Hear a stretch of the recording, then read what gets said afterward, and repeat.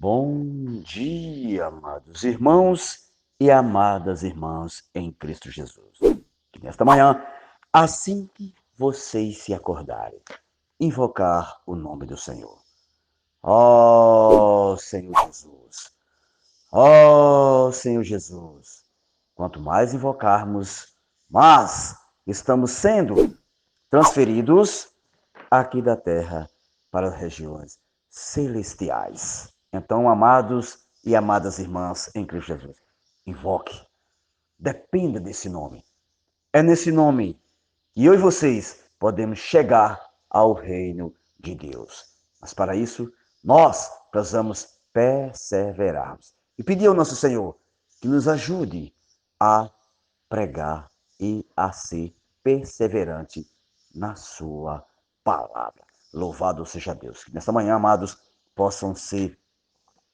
essa manhã possa ter mais e mais riquezas no nome do Senhor, quando eu e vocês estivermos clamando esse nome tão maravilhoso. Louvado seja Deus. E depois que nós clamarmos, se esvaziarmos, aí sim, podemos abrir a nossa Bíblia para que Deus possa falar aos nossos corações. Amém? Louvado seja Deus. E hoje, com certeza, o Senhor, com certeza o Senhor vai falar aos nossos corações. Amém? Louvado seja Deus. E hoje ele pede em Ezequiel 33 ao 34, Hebreus 13, Salmo 115 e Provérbios 21, aliás, 27, 21 ao 22. Leiam com calma, dependendo do Espírito, porque nós, como dependemos do Espírito, amados e amadas irmãs, com certeza Deus nos mostra a sua vontade. Louvado seja Deus. E depois que lermos a Bíblia, estamos, graças a Deus, fortalecidos no Senhor, aí sim, nós podemos abrir o nosso alimento diário. Tem muitas porções boas. O alimento diário com a série Deus nos chama para o seu reino e glória. Ouçam bem, amados e amadas irmãs. Deus nos chama para o seu reino e glória.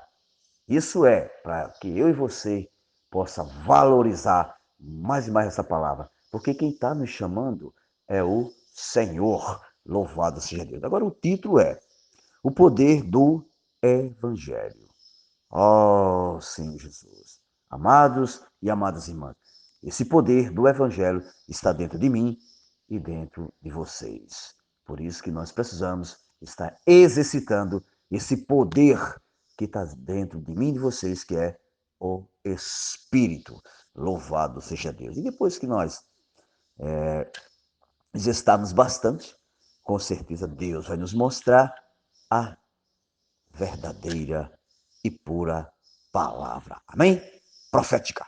Louvado seja Deus. E hoje é segunda-feira, né? Semana 3, está começando hoje. Tem a leitura bíblica, com certeza os irmãos e as irmãs já leram, que é Atos 15, 40. Depois o 17, de 1 ao 9. Depois 20 ao 4. Colossenses 4, 10. Louvado seja Deus. Ó Senhor Jesus. Em Colossenses 4, 10, Paulo dá saudações, né? Ele sauda Aristarco, Aristarco, primeiro comigo, e Marcos, primo de Barnabé, sobre quem recebeste instruções. Se ele for ter convosco, acolhei-vos. Aqui ele dava saudações a essas pessoas bem desfrutantes que, com certeza, estava cooperando também no Evangelho. Louvado seja Deus. E aqui hoje, leio com oração, é a primeira Tessalonicenses 1:1. Ele diz assim, Paulo, Silvino e Timóteo, a igreja dos Tessalonicenses em Deus, Pai e no Senhor Jesus Cristo. Graça e paz a vós oito. Aquele dando saudação na igreja em Tessalonicenses. Aqui, só se você aqui nota que Paulo sempre estava com alguém, com algum irmão, né? Graças a Deus. Se você for olhar isso aqui direitinho, esse versículo, esse exemplo aqui de Paulo, trazendo para hoje, é o que nós precisamos também, amados. Nós precisamos andarmos juntos, sempre, se nós pudermos, estar com o irmão, que um encoraja o outro a pregar a palavra, a suportar as aflições que vêm quando estamos pregando a palavra. Muitas coisas vão vir, mas tendo um fortalecendo o outro, aí sim, o Senhor prossegue na sua pregação, que é o poder do Evangelho. Amém? Louvado seja Deus. Aí o título é a importância da visão panorâmica, que está muito claro que Paulo fez, porque ele fez, muito claro isso aqui. E vou começar o primeiro parágrafo, que é para os irmãos ficarem mais bem desfrutantes. E diz: nesta semana vamos sobrevoar a primeira epístola de Paulo aos Tessalonicenses para obter uma visão panorâmica das circunstâncias vivenciadas. Circunstância que Paulo passou naquela época, né, gente? Louvado seja Deus. Aí ele diz: vivenciada pelo apóstolo e seus companheiros. Tá vendo como ele tinha sempre um companheiro?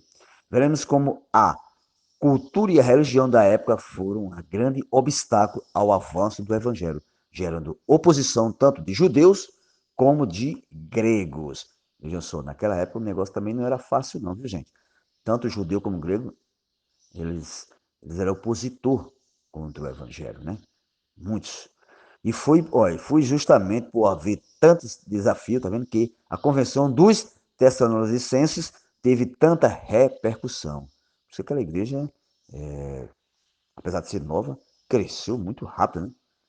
Aí eu estava pensando assim, se eles cresceram, a esperança para nós crescermos também. Eles foi rápido, mas nós precisamos ser esses também, amados e amadas, que ouve a palavra para crescermos em vida, que o Senhor está voltando. Louvado seja Deus. Aí ele disse, Deus pôde constituir em Tessalônica um organismo vivo, tá vendo? A igreja em contraste com a idolatria reinante. O que reinava lá era idolatria. Hoje, com certeza, nós sabemos que tem muita idolatria. Nós sabemos disso. Então, para isso, nós precisamos estar sempre conectados no Senhor, para nós não sermos enganados. Louvado seja Deus. Aí ele diz, nos 3 últimos dias desta semana iremos apresentar 14 itens que formarão um esboço completo dessa carta. Essa carta aos Tessalonicenses. Ele diz assim, para melhorar a compreensão, na epístola apresentamos um panorama de cenário da época. Na época que Paulo vivia, né? Que nos permitirá aprendizado vivo e dinâmico. Pelo registro bíblico, vemos que Paulo e Silas partiram de Antioquia e viajaram pela Ásia, onde confirmaram as igrejas levantadas na região da Galáxia e da Capadócia. E dá para notar o quê? Que Paulo e Silas, eles dois, estavam unânimes com o nosso Senhor. Eles estavam sempre existindo o Espírito e ouvindo sempre a voz do Senhor. É o que nós precisamos, amados, para ser esses que sejam pelo Senhor. Louvado seja Deus. Nessa ocasião, Timóteo também se uniu a eles. Né? Depois, atendendo a um chamamento macedônio, foram direcionados pelo Espírito. Olha aí, foram direcionados pelo Espírito. Eles ouviram e não contenderam. Foram logo, assim que ouviram, eles foram logo atendeu o que o Espírito tinha falado para eles, para o continente europeu. A primeira cidade em que pregaram o evangelho foi Filipos. Em seguida, Paulo e Silas, Timóteo foram até Tessalônica, cidade de origem grega, dominada pelo Império Romano. Ó Senhor Jesus! Aí aqui vem nos mostrar assim, em Atos 17, 2, é nos mostrado que por 3 sábados, ou seja, por 3 ou menos, seja por ao menos 3 semanas, os apóstolos permaneceram em Tessalônica. Provavelmente, a estada deles tinha sido prolongada um pouco mais. Contudo, a Bíblia não deixa isso claro. Por quê? Porque a igreja cresceu muito rápido. E nós sabemos que o crescimento e transformação em nós não é muito rápido, né? É dia após dia. E aqui em Tessalônica, em 3 semanas, quando eles foram lá, os irmãos começaram a crescer, né? E isso chamou muita atenção, com certeza, ali nas redondezas, né? E nós temos que ser como esse, deixar Deus trabalhar para crescermos, para onde nós estivermos, dar um bom testemunho, né, da igreja, e as pessoas verem, para crerem no Senhor.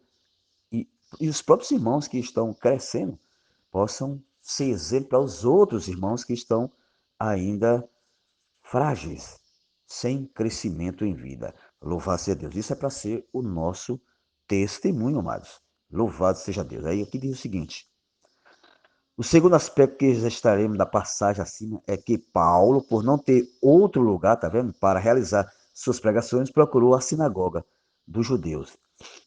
Nesse lugar se falava das escrituras e para ali concorria os gregos piedosos, isto é, aqueles que buscavam conhecer o Deus único.